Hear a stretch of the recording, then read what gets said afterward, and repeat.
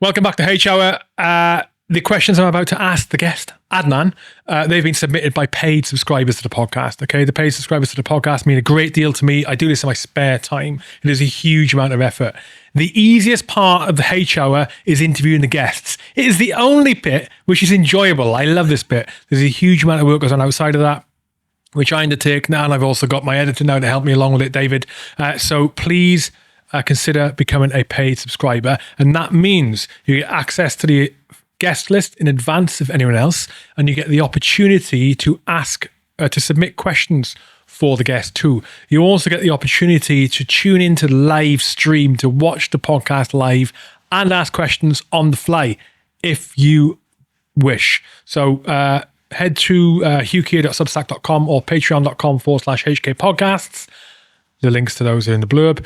And you can sign up for as little as £3.50 a month. It's nothing. Like a coffee in Costa or Starbucks, if you're a weirdo like Starbucks, costs more than subscribing to H Hour. And what value do you get from a coffee apart from maybe an increased risk of some illnesses? Depending on how much caffeine you drink, you support big, horrible corporations that many of us don't like. Starbucks is shit anyway. Costa's all right. Anyway, waffling on there. Adnan, welcome back. Thank you very much. Thank you. Second time, mate. Second time onto the podcast. We've got a bunch of questions to get through. This is going to last about 20 minutes, and then we'll roll into the full podcast. Okay. Any questions I don't get to ask you now from the list that the subscribers have sent for you, we will add on to the main podcast at the end. No worries. Are you ready? Yes. Yeah. Let's do it. Okay. First question is from Coke. Coke says, I'm experiencing grief due to someone I knew, a great man, dying. Have you got any advice? Now, I think this is also going to be Coke's first funeral. Okay. Well, firstly, sorry to hear that, Coke, because as you get older, I don't know how old Coke is, but as you get older, you start going to a few funerals, and I've been to quite a few now. And one of the greatest things you can do, and it helps you actually in terms of your grief and what's going on with you personally about this person, is to remember them. And you remember them through different ways. So for instance, you mean consciously remember them? No, I mean, like, yes, consciously remember, but I mean like going back to the kind of things that they did. And also, for instance, let's say it was a writer who died. You know, we obviously still read great writers who've passed away. So remember their works, remember what they did, and revisit the kind of things that you did with them. And that kind of, and I don't mean glib about this. That keeps them alive in a very profound way. So if you stick with that person, sorry to hear that, Coke. I don't know what else. I mean, you can. There's a lot of reading to do, but I would remember that person, and I would talk about these things as well with people, you know, rather than ignore it. Who is the closest person to you that's died, and how did they impact your life? Oof. I mean, there's been a few. In terms of my family, I'm very lucky at the moment because my mum and dad are still with me, and I think that's the thing that's going to impact me a lot. As I've gotten older, some of my best friends have lost their parents, and I've seen what that's done. And you know, as you grow older, like in your 20s, you don't think about this kind of stuff, and then as you get into your 30s and 40s, this stuff starts becoming real. And then when they pass away, you know, you move into a new chapter of your life without this person, this anchor that you had. That's not happened to me yet, but I'm aware of what happened to friends of mine.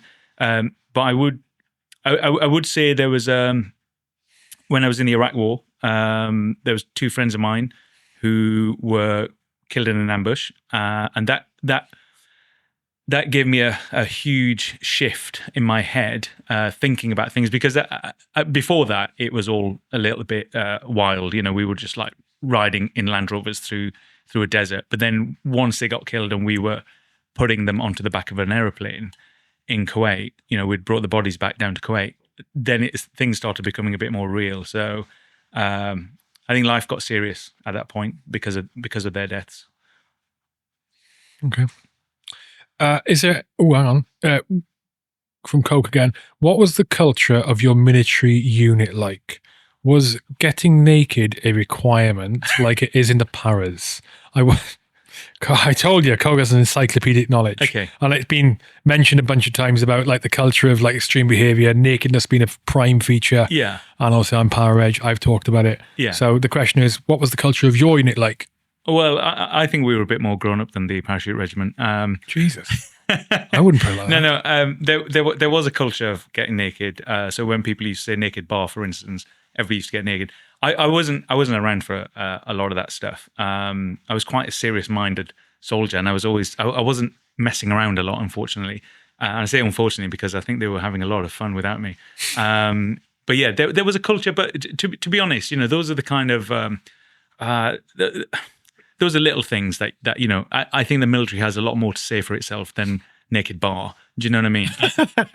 Yeah, I know what you mean. Yeah. And seriously, me leaving my small town in Lancashire, joining the British Army, getting to travel the world, and meeting people with different opinions to myself, and being tested, and knowing that I hope we get to this conversation nationally, that we were judged on a set of values, rather than a cheap culture of just drinking and getting naked.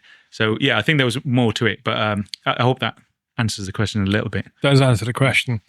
Okay, the next question is from David. Your book, British Muslim Soldier, is raw and powerful. What pushed you to write it? And how did telling your story change how you see yourself today? All right, so I should say it was published as a book by Penguin. It's an essay, but it was published in book form by Penguin, which is very nice of them. So it's available for free. So it's only like 3,000 words. The reason I wrote it was because I'd left the military by that point, and I was working in a restaurant, and I was feeling, quite honestly, like I'd made a big mistake by leaving the military and then ending up working in a restaurant. And I used to see people coming into the restaurant, reading the Financial Times and the Economist all the time. So I started reading those, frequently, and then started reading a lot of books. So it was me trying to escape out of my situation. And I entered that essay prize, and I won it in 2013. Yeah, you entered that essay into the essay prize, yeah. That won the Financial Times Essay Prize, British Muslim Soldier. And there was a good reaction to it in terms of like friends of mine who I'd served with who said, "Oh, I didn't know you felt that way," and so essentially what it talks about is how you what is identity, and I think there's a big question that we're asking today. What is identity? Who are you? Do you belong? And how can you belong? And again, going back to what I said previously, are there a set of values that we can all agree on and be part of? I grew a lot in the military, and that was through being around people with wildly different opinions to myself, and I'm very grateful for that experience. And I can imagine right now I would not have done many of the things I've done had that not happened to me. So it was basically a letter to try and get people to relook at the military in a way, and not just see the bad headlines like we were talking about naked bar earlier. Cheap headlines work, don't they, today? But there's a whole bunch of things underneath that are positive. Mm-hmm. Okay, in the book, you explore the tension between being British, Muslim, and being a soldier. Do you still wrestle with those identities, or are they settled into place over time? That's a really good question. I think about them differently at different times, and right now I'm doing a lot of work in terms of reading, and I've gone back to university and I'm reading a lot about political philosophy and theology and history and what the British Empire is and was and stuff. So I'm, this could take hours, but I'm kind of astounded that I'm in this country at times because of where I am. And I've studied and I've been to. You kind of what? Sorry. Astounded that I'm here, and I'm here because of the British Empire. But that I'm here, I'm happy about, and happy is a big umbrella term for lots of different things about what this country has given me and what I'm able to do in this country.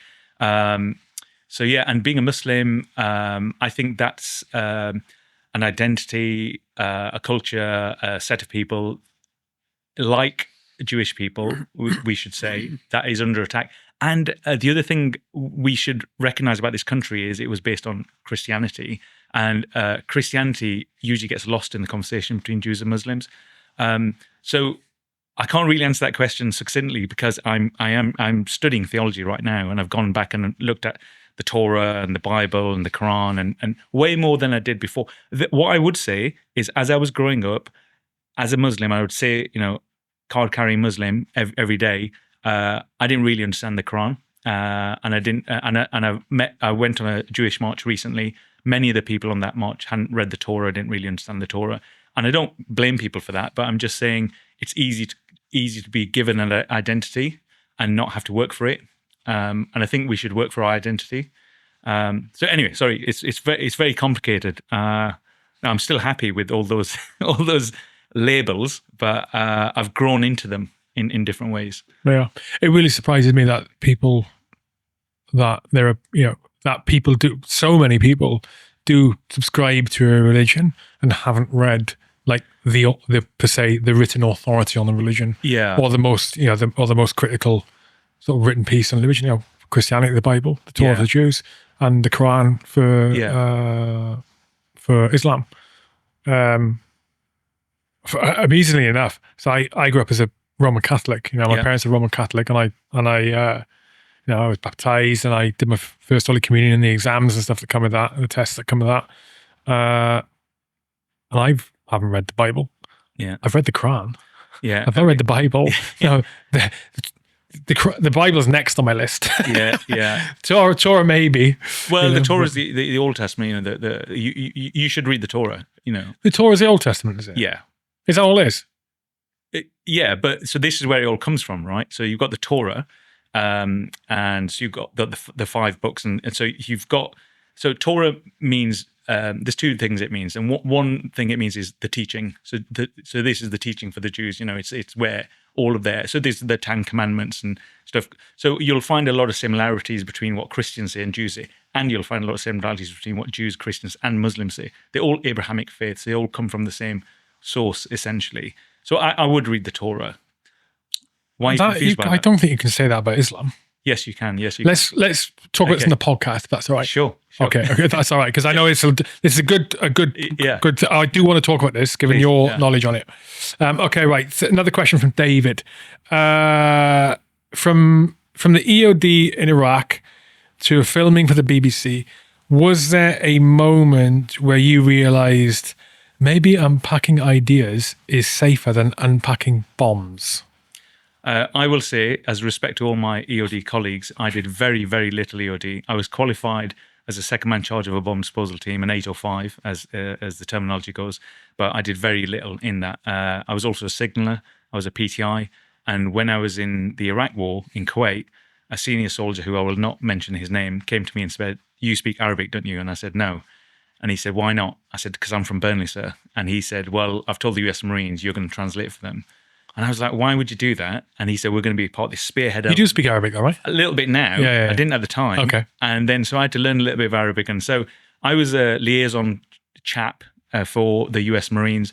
And so we would be part of a forward element with them. So I hung out with the US Marines a lot. My officer in command did a little bit of EOD, but the EOD teams and the 2 lads I mentioned earlier who were killed, unfortunately, I've got a whole lot of respect for that community. So I would say is it Dave? I would say I didn't dispose any bombs, all right. So I was just qualified. But and then what was his question? Unpacking. All right. So well, I tell you what I would say about both things, because the BBC happened in Iraq and so did the Iraq War where I attended. And I remember coming back from the Iraq War and people asking me what Iraq was like, and I couldn't tell you. I could tell you what Basra Air Station was like. I could tell you what a bit of Basra was like. I could tell you what some interactions were like. And so, yes, the military goes out to interesting locations and does things, but it doesn't make you a subject matter expert. When I went with the BBC, I got to travel the whole country, and I was there with partners who were taking me around the whole country, and I learned a lot more. And this is not to disrespect soldiers and their service, but soldiers go to do a certain thing, journalists go to do a different thing. So I felt the experience of being a journalist much more freeing, and I was allowed to go to places and talk to people. the kind of people I was speaking to were the like heads of oil companies. And as a Lance Corporal, I wouldn't have been speaking to the heads of oil companies. In Baz, it would have been like a major or a colonel or something. So yeah, I think it was two different experiences. Yeah. Okay. Another question from David. Your military background must give you a strong bullshit filter. Do you feel that bullshit filter kicks in often while working in journalism and media? Yeah. I think it helps. And the other thing I would say is journalism helps as well. I think there are some brilliant journalists who've done a long, long time in different countries. And so when he's talking about the filter that comes from the military, we're talking about an experience filter, really. And some journalists who've done a long time have that filter too. I would say people who work have that. I'd say a fireman, I'd say a bus driver. Everybody gets that filter. It's just experience, isn't it, really? So yeah, it does help. But I think it helps more in terms of, working in hostile environments. So I've worked in Afghanistan, Iraq, South Africa, Pakistan, and South Africa, there was some shooting going on nearby. So the military certainly helps with that. But over a period of time, journalists do get that. They get that sense of like danger as well. And they do understand a little bit of OPSEC. Some don't, but yeah. Okay. You've told stories through writing, photography, film, and through editing. What's your go-to medium when you really want to say something that matters? I don't want the film companies to stop ringing me, but I will say this: I love making films. If anybody's listening, but please hire me.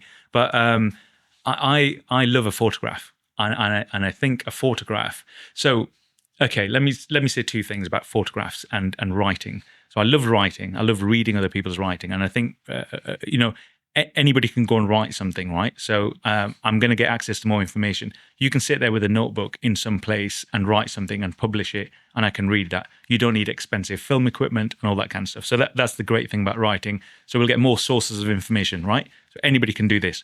Well, pretty much anybody can do this. And then the other thing I will say about photography is when I was in Afghanistan, I had a small printer with me, and I'd take pictures of people and I'd print them off. A lot of people I came across in Afghanistan were illiterate, so they weren't going to read things, right?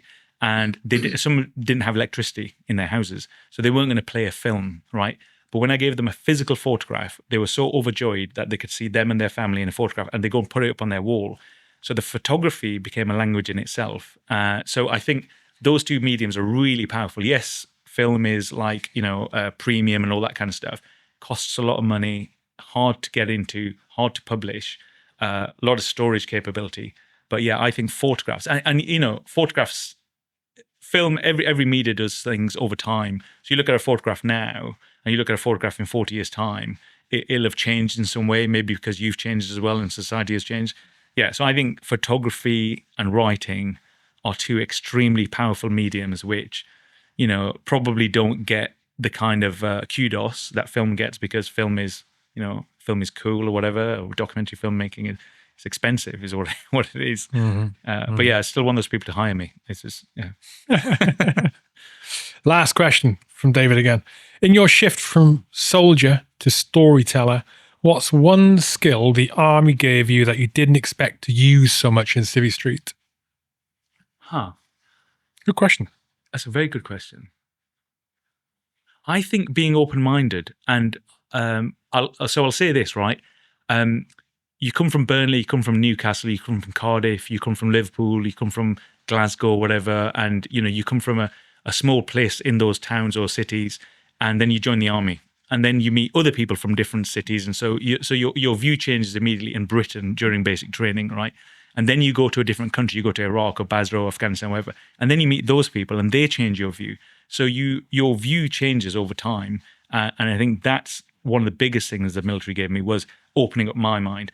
Even to the point of that locally on an army camp in Saffron Walden, somebody questioning you about your religion, that doesn't happen in a small community where everybody's singing off the same song sheet, to, pardon the pun. But, if everybody is a Christian on your street, or everybody is a Muslim, or everybody is a Jew, and you're being attacked or whatever, and so you close in, that's the identity you have.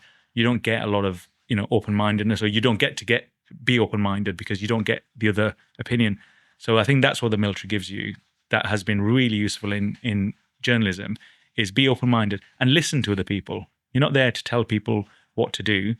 Actually listen to that Afghan woman who's saying something to you. So, for example, there was a very difficult conversation that happened in Lashkar, and this is around when every journalist was saying you need to get the women back to school. And I agree with that. I've got a sister. I don't think what the Taliban are doing is good in terms of educating their women and stuff. So that's all, on the table, right? But I went down to Lashkar and I said to this woman who was in a farmhouse, I said, why don't you, no, do you want to send your girls to school? What do you think about the Taliban? And that hadn't registered with her. She said, I don't send my children to school, male or female. They need to work on the potato fields. So for her, it was a question of poverty, and it was a question of like her pragmatic reality was, I need my kids to be working in that farm. I don't need them to be going to school. So, and those stories are not told not because they're not convenient for the narrative, because the overarching narrative is that the Taliban are not sending girls to school. That's fine. But there's these really uncomfortable little bits of truth there. And so I could have ignored that. I go, oh no, but that doesn't match this, right? But I wrote it down. So I wrote a diary in Afghanistan. I wrote loads of stuff down, which I don't know where that piece of information goes to. Hopefully a historian one day will see that and go, oh, I could use that. But yeah, actually really listen to people rather than just, go there with your own opinion. It's a good, I like that little anecdote. It's something I realized quite a while ago. It's like it can be applied to anything really when you're talking about anything international, and the standards by which we judge how other places or peoples do things or say things or how they act, how we think they should do X, Y, and Z. We base on our own experiences, and most of the time, it's a significant misalignment. Prime example there, what you said. Prime example there. But then when you start going down that road, it questions the whole. Well, what is how we have gone about things in the past the correct way to do it and for the correct reasons. Yeah. Anyway, good icebreaker, mate. I enjoyed that. I'm very much looking forward to the podcast. Thanks for the questions to subscribers, I should say. If you listen to this on your podcast app, this is going to roll straight into the next episode, which is the full podcast with Adnan, episode 272, I think, 272. Become a paid subscriber. Patreon.com/HK podcast, hughkier.substack.com, £3.50. Don't buy Starbucks, don't buy Costa, buy Hugh Kier. Bye. This coffee's good. Yeah. Contact coffee. It's you buying contact coffee. Yeah. Right.